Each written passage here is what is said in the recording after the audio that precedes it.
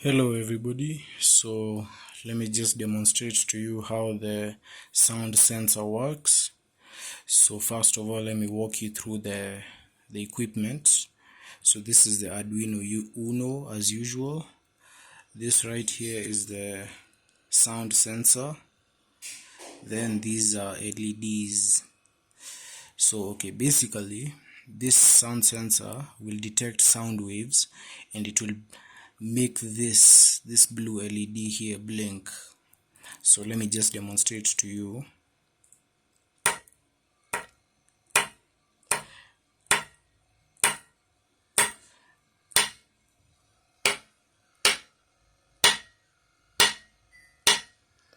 So as you've noticed, every time a sound wave is detected, the blue LED blinks.